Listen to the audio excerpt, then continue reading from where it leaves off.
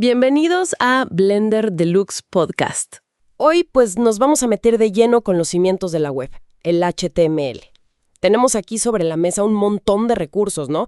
Desde la documentación oficial del W3C, tutoriales actualizados, hasta guías de buenas prácticas que la verdad siempre viene bien repasar. Sí, exacto. Siempre hay algo nuevo o algún detalle que se nos escapa. Nuestra meta hoy es desentrañar no solo qué es HTML y cómo se arma un documento básico, sino ir un poquito más allá, entender por qué esa estructura, esa semántica de la que tanto se habla ahora, es tan crucial para todo lo que vemos y hacemos en Internet. Y un dato que siempre me llama la atención y que varios recursos mencionan, HTML no es un lenguaje de programación como tal, ¿verdad? Correcto. Es un lenguaje de marcado. Lenguaje de marcado de hipertexto, para ser precisos. Su función no es crear lógica o algoritmos, sino definir la estructura. Es como el esqueleto del contenido que consumimos en línea. Le da forma. El esqueleto, me gusta esa analogía. Entonces, ¿cómo funciona exactamente? ¿Dices que usa etiquetas? Así es. Imagina que tienes un texto plano. HTML lo que hace es usar etiquetas, que son como instrucciones encerradas entre llaves y llaves, para decirle al navegador, oye, esto de aquí es un título importante. Ah, ok. Esto otro es un párrafo normal. Aquí quiero que pongas una imagen. O esto es un enlace que lleva a tal sitio. Vale. Son como etiquetas de ropa, pero para el contenido web. Algo así, ¿sí? Cada etiqueta le da un significado o una función específica a un trozo de contenido.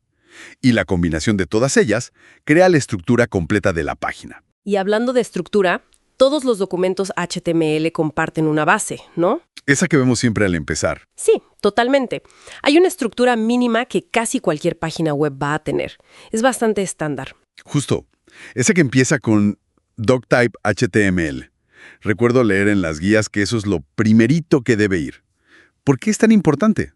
O sea, ¿qué le dice exactamente al navegador? Fíjate que esa línea, doctype HTML, es súper importante. Le declara al navegador que el documento está escrito usando la versión más reciente de HTML, que actualmente es HTML5. Ok, le dice, hablamos el mismo idioma moderno. Exacto. Y esto es crucial, porque si lo omites o si pones un doctype antiguo o incorrecto, el navegador podría entrar en lo que se llama Quirks Mode. Quirks Mode, modo peculiar. Suena problemático. Lo es. Básicamente, el navegador intenta adivinar cómo interpretar el código, pero basándose en reglas más viejas, de la época de Internet Explorer 5 o Netscape Navigator. Y eso, pues genera inconsistencias visuales, que las cosas no se vean igual en distintos navegadores, o que ciertos estilos CSS no funcionen como esperas. Claro, un dolor de cabeza para los desarrolladores, me imagino. Totalmente. Así que empezar con doctype HTML es como poner la primera piedra bien puesta. Asegura que el navegador use los estándares actuales. Entendido. Después del doctype viene la etiqueta HTML, que según veo envuelve absolutamente todo el contenido de la página. Precisamente. Es el elemento raíz. Todo lo demás va dentro de HTML. Y dentro de ella encontramos dos hijos directos, dos secciones principales. El head y el body, ¿cierto? Esas son. El head y el body. Son como el cerebro y el cuerpo de la página web. Me gusta. A ver, explícame el head. Entiendo por los materiales que es información sobre la página, pero que no se ve directamente en la ventana principal del navegador. Correcto. El head contiene metadatos, información descriptiva sobre el documento HTML. Por ejemplo, ahí va la etiqueta title. Ah, el title es lo que vemos en la pestaña del navegador, ¿no? Y en los resultados de búsqueda de Google también. Exactamente. Es súper importante para la usabilidad y para el SEO. También en el head van otros metadatos clave, como la codificación de caracteres. Ah, sí, el famoso MetaCharset UTF-8. Las guías dicen que es esencial. Indispensable, diría yo. UTF-8 es un estándar de codificación que soporta prácticamente todos los caracteres y símbolos de todos los idiomas del mundo.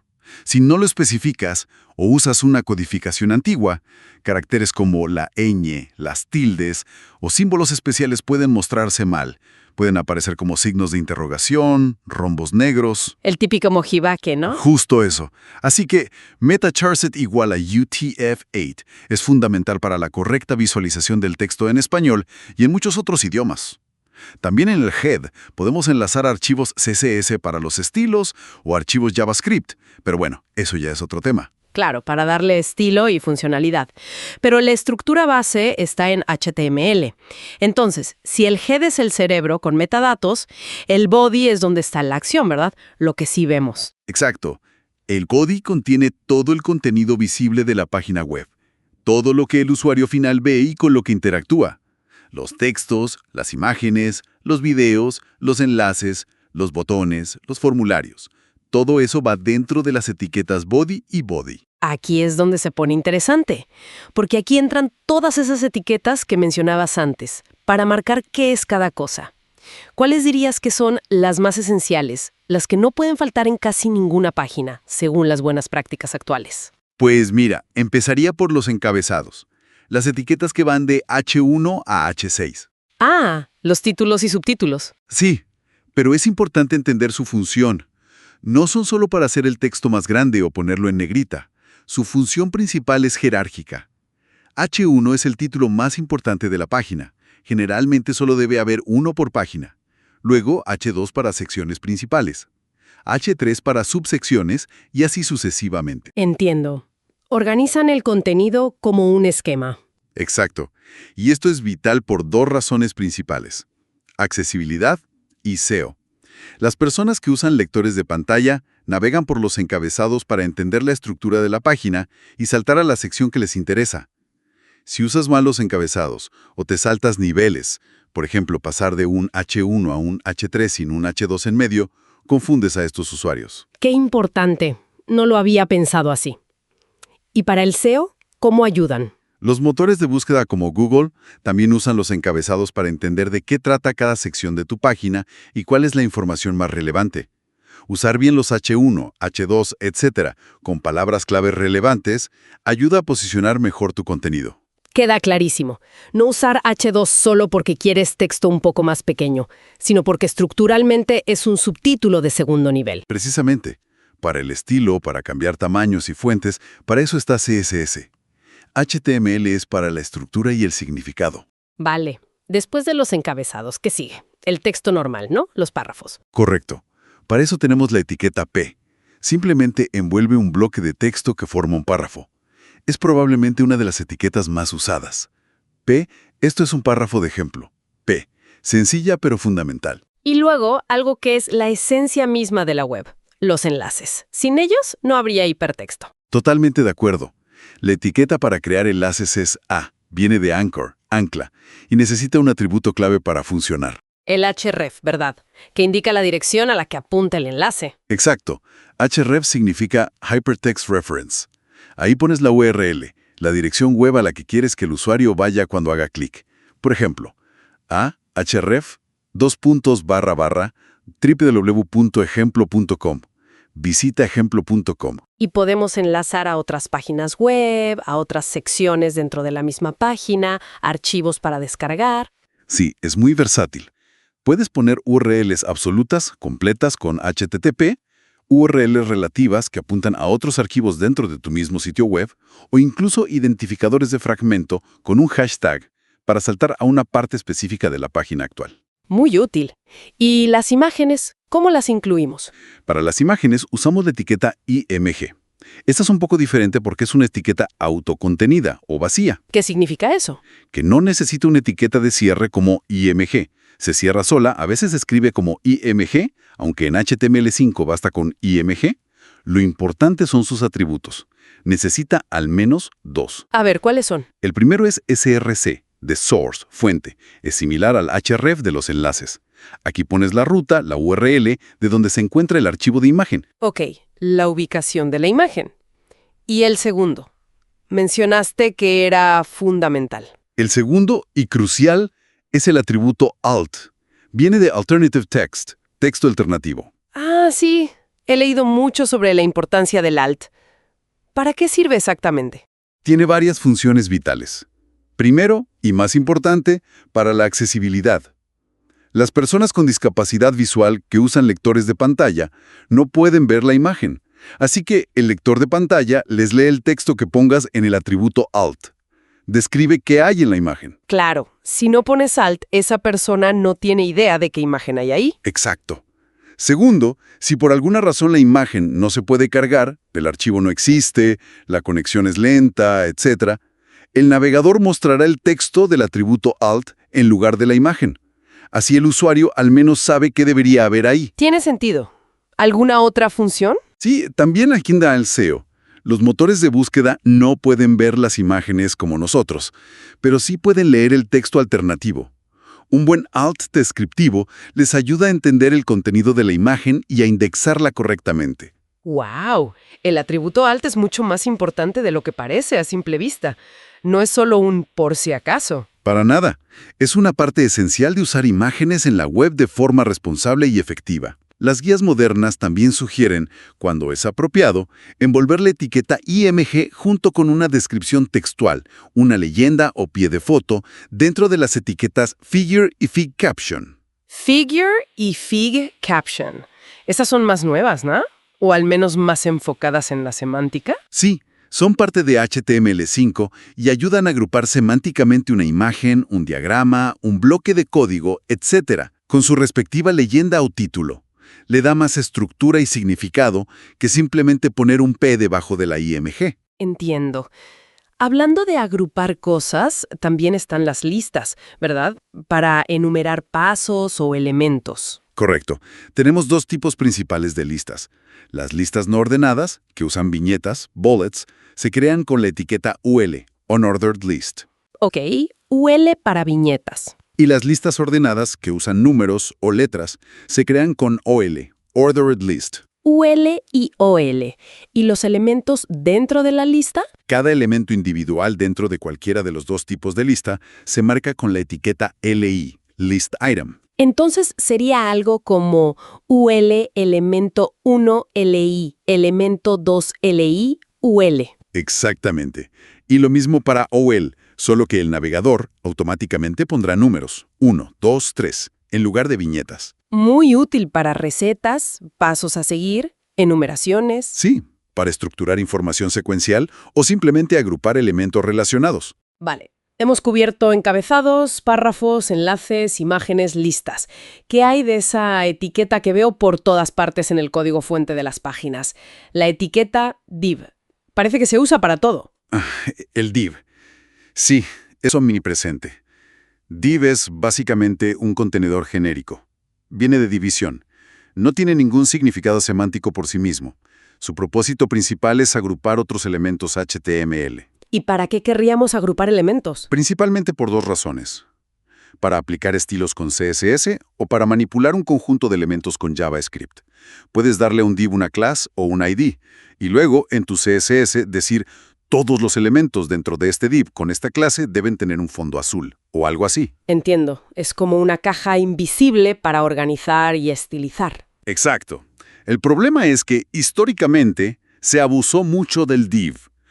La gente creaba toda la estructura de la página usando solo divs anidados. Un div para la cabecera, un div para el menú, un div para el contenido principal, un div para el pie de página. Lo que llaman divitis, ¿no? Justamente. Y aunque funciona visualmente si le aplicas CSS, semánticamente es muy pobre. Un navegador o un lector de pantalla solo ve división, división, división. No sabe qué parte es la navegación, cuál es el contenido principal, etc. Y ahí es donde entran las etiquetas semánticas de HTML5 que mencionaste antes, como figure. Exacto. HTML5 introdujo un conjunto de etiquetas específicamente diseñadas para dar significado estructural a las diferentes partes de una página web. En lugar de usar div, id, header, ahora tenemos la etiqueta header. Claro. En lugar de div, usamos nav. Para el contenido principal, tenemos main. Para secciones temáticas dentro del contenido, section. Para contenido independiente y autocontenido, como un post de blog o un artículo de noticias, article. Para barras laterales, aside. Y para el pie de página, footer. Wow, son bastante descriptivas. Header, footer, nav, article, section, aside, main. Sí, usar estas etiquetas en lugar de divs genéricos tiene grandes ventajas. Primero, mejora muchísimo la accesibilidad. Un lector de pantalla puede anunciar navegación principal cuando encuentra una etiqueta nav, permitiendo al usuario saltar directamente ahí si quiere. Mucho más útil que escuchar división. Muchísimo más. Segundo, ayuda al SEO. Los motores de búsqueda entienden mejor la estructura y la relevancia de cada parte del contenido. Saben qué es la navegación, qué es el contenido principal, qué es un artículo. Un header o un nav en el código, inmediatamente sabes cuál es el propósito de esa sección, sin necesidad de buscar un ID o una clase y adivinar.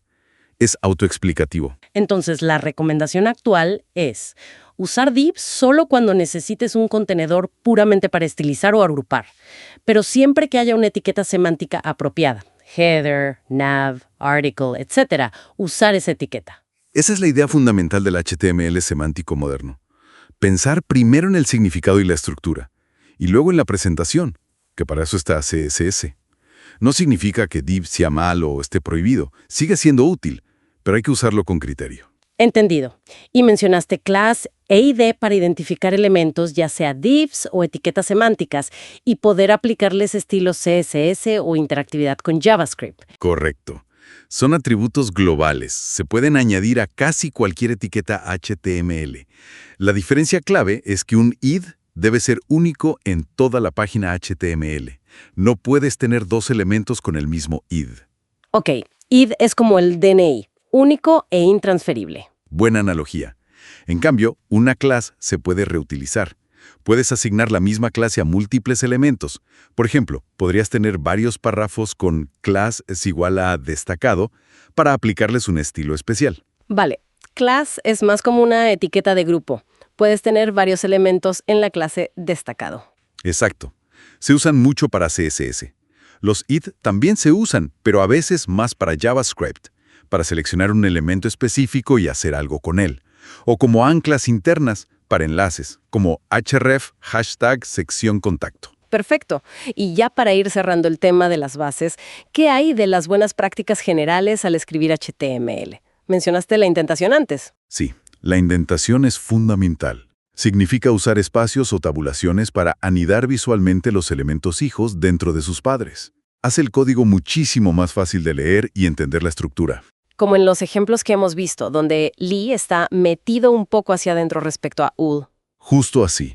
No afecta cómo se ve la página en el navegador, pero sí afecta enormemente la mantenibilidad del código, especialmente cuando trabajas en equipo. Otra buena práctica es usar siempre nombres de etiquetas y atributos en minúsculas. Aunque HTML técnicamente no distingue a mayúsculas y minúsculas, la convención es usar minúsculas, P, IMG, href, src, por consistencia y legibilidad.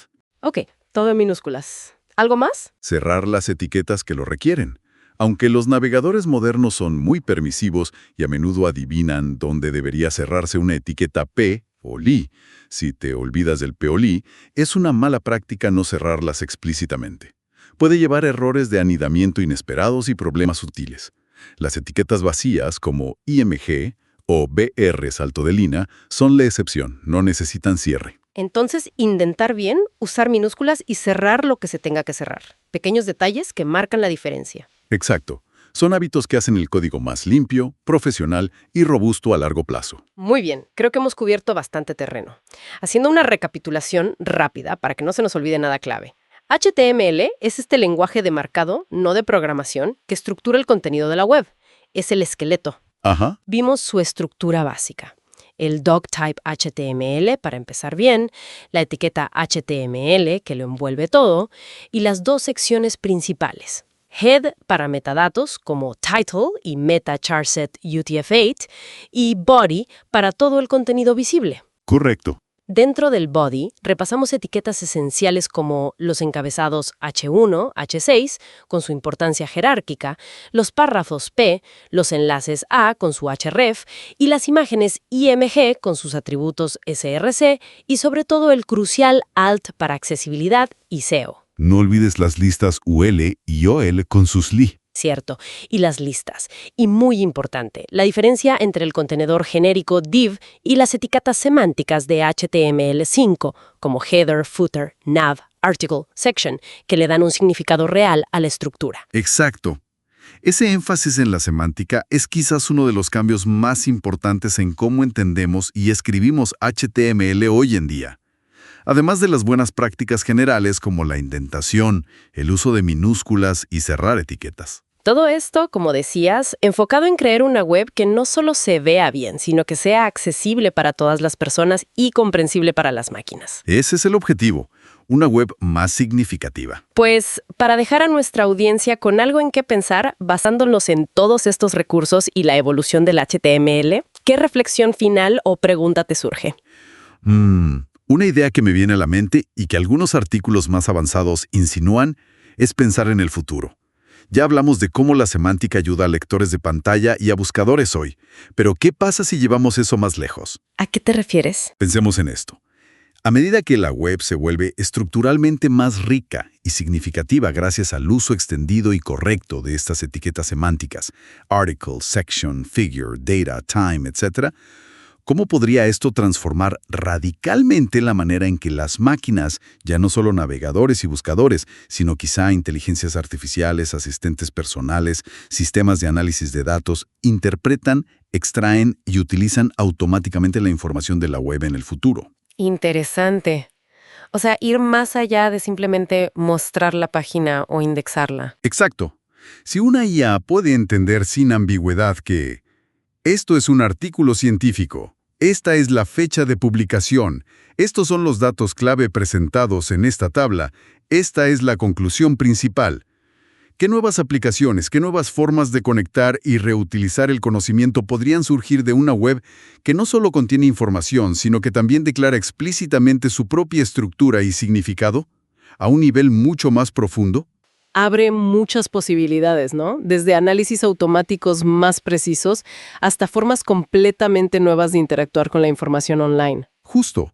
Es una pregunta abierta, pero creo que apunta a la importancia continua de seguir construyendo una web semánticamente sólida. No es solo una buena práctica de hoy, es sentar las bases para lo que venga después. Una reflexión muy potente para cerrar.